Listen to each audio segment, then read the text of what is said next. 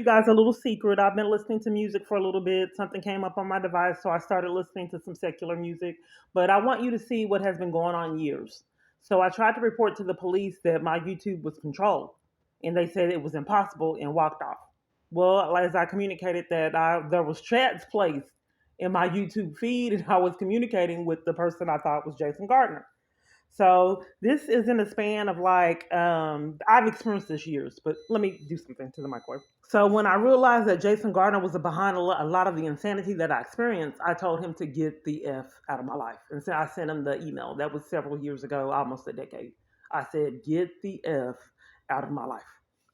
So this is my screenshots. 1, 2, 3, 4, 5, 6, 7. This has probably been about 15, 20 minutes.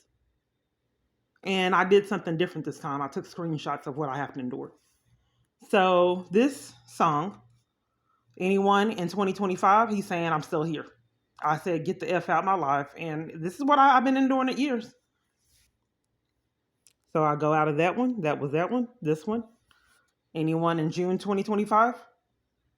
Trying to be funny. That's the second one. I go to the third one. Anyone here in 2025? So I'll go to the next one right there. Anyone else? He tried to change it up. They realized that I was doing screenshots. Anyone else here in 2025 from his recent podcast?